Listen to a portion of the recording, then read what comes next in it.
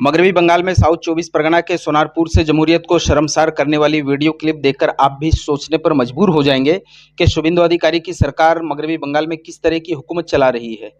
TMC के national general secretary और लोकसभा के रुकन पार्लियामेंट अभिषेक बैनर्जी भी महफूज नहीं है तो आम आवाम की क्या हालत है।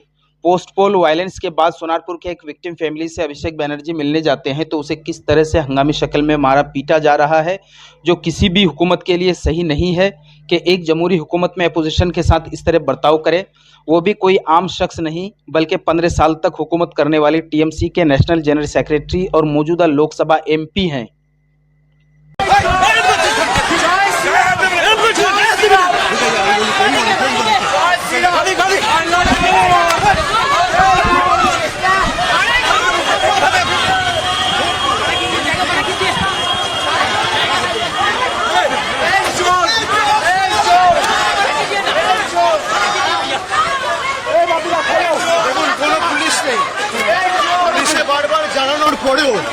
এই হচ্ছে বিজেপির গণতন্ত্রের নিদর্শন।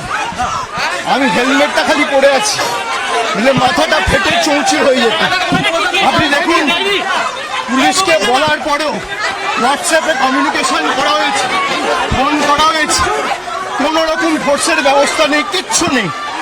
পুলিশের প্ররোচনায় ঘটনা ঘটিয়েছে। আমি হাইকোর্টে যাব, পুরো ঘটনা আপনাদের রেকর্ডেড রয়েছে। আর এখানে ইট, কাটতেল, ডিম, পাথর। আমি বাংলাদেশি, অভিষেক বন্দ্যোপাধ্যায় ব্রাহ্মণ সন্তান, আমি বাংলাদেশি, আর এরা ভারতীয়। छोड़े जितना ताकत है लगाए, कुछ नहीं, ये गवर्नमेंट स्पॉन्सर्ड है, यही तो गवर्नमेंट है।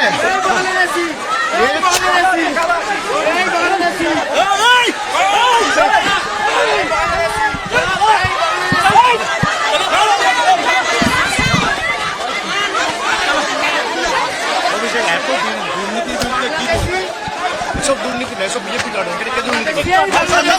যারা এসব করছে সেটা অকথা।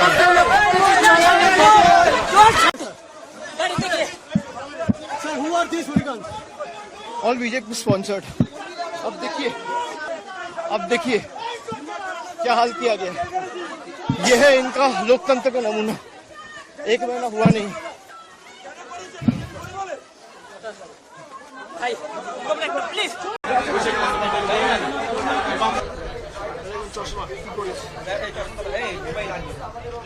আমার চোখে ঢিল মেরে দেখুন কি করেছে।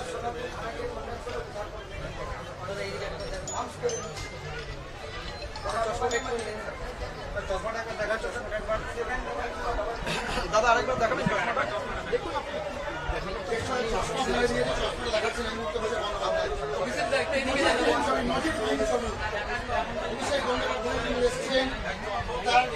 কোনো পুলিশি নিরাপত্তা নেই এতদিন আগে জানানোর পরেও। ডবল ইঞ্জিন সরকার, নিরাপত্তা খালি বহিরাগতদের কোথায় যারা চলবে চেষ্টা করে দাঁড়িয়ে। লক্ষ্মীর ভান্ডারকে কন্টিনিউ করে অন্নপূর্ণার ভান্ডার দেবো বলে ক্ষমতায় এসেছিল। নির্বাচনের পর অন্নপূর্ণার ভান্ডার জায়গায় 13 পাতার ফর্ম। দেশ সম্পর্কে যত কম বলা যায় তত ভালো। চুরি করে ক্ষমতায় এসছে, মানুষ দেখছে তো। এখনো তো পুলিশ আসলো না, কি করবেন? আমরা আমাদের কর্তব্য করেছি, পুলিশের আশায় আমরা বসিনি। যদি না আসে আমরা তখন আইনি ব্যবস্থা নেব। বলতে তো পারবে না জানাইনি। লাইভ ক্যামেরায় আপনাদের ধরা পড়েছে, সংবাদ মাধ্যম কভার করেছে, সমাজ মাধ্যমে লোকে দেখেছে। তাহলে দেখুক। যেখানে কিছুদিন আগে আমাদের সহকর্মী মারা গেছে, প্রাণে মারা হয়েছে, এবং তার মাথায় ক্লট হয়ে গিয়ে মাথা ঘুরে গিয়ে তাকে শিশুমঙ্গলে ভর্তি করা হয়েছে, পরের দিন সে মারা গেছে। তার পরিবারের সাথে আমি দেখা করতে এসেছি, আমি দেখা করতে পারবো না।